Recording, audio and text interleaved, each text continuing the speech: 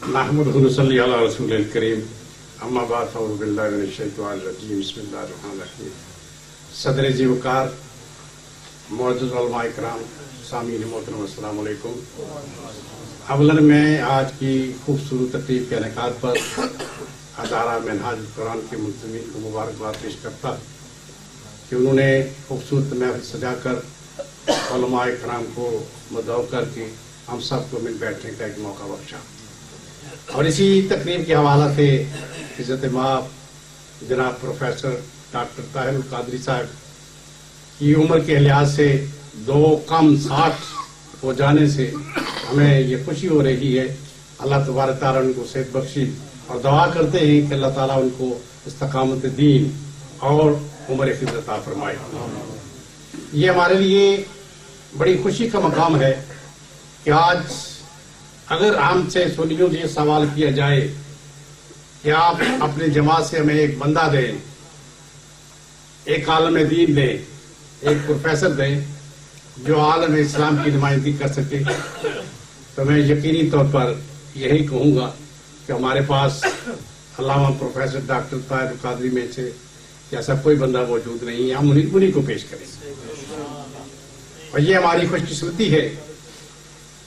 मेरे पेशरो मुकर्रीर शाह साहब ने बड़े खूबसूरत अंदाज में कहा, मैं मिनहाजुल कुरान की पैदाश के साथ साथ से चला आ रहा हूँ। मैंने इसमें बड़े निशेब अफराज देखे, बड़े इनकलाब देखे और आज का इनकलाब देखकर मुझे और बड़ी खुशी हुई कि हजरत अल्लामा सैयद जाहिद शाह रज़वी साहब जो कि उस जमाने में पेश थे और मैं भी इनके साथ साथ था, बारहा ऐसी बातें इतनी हुई अल्हम्दुलिल्लाह के जिस तामुल से। और एक मुनाजरा भी हुआ पिता सिवक हाल में और मैं और मुफ्ती रहमान और बाकी उलमा मौजूद थे और बहुत सारी खूबसूरत बातें। मैं समझता हूँ कि अल्हम्दुलिल्लाह अगले दिन और बहुत बेहतर आ रहे हैं।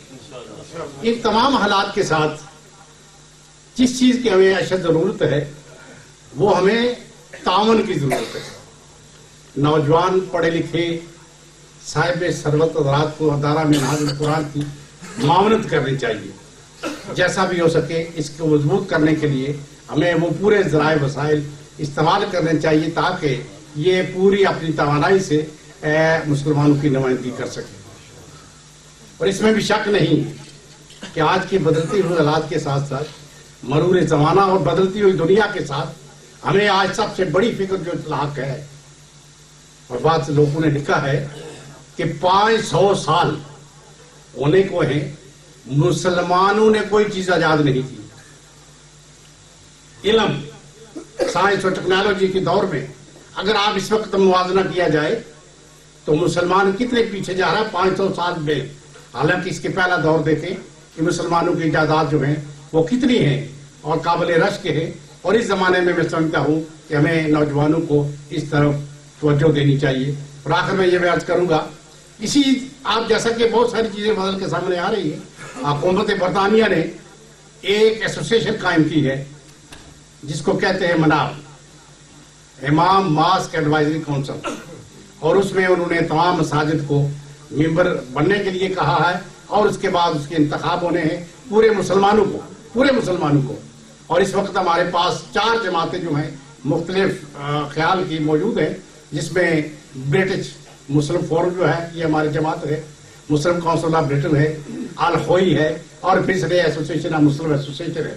ये 4 जमातें जो हैं मुख्तलिफ ख्याल है और ये तमाम जो है अगले जो मई में एक इंतखाब होने वाला है। मैं उलमाए कराम से गुजारिश करूंगा कि इन तमाम हजरात को मनाब की मेंबर बनना चाहिए और अपना जो वोट है उसमें दाखिल करना चाहिए। और फिर इसके बाद जो उसके 34-35 डायरेक्टर होंगे उनमें से एक चेयरमैन चुना जाएगा और उस चेयरमैन की जो आवाज होगी वो गवर्नमेंट के अवानों तक जाएगी और उसकी बात मानेंगे। और मैं समझता हूँ कि उलमाए किराम को और हम सब को इस तरफ तवज्जो देनी चाहिए।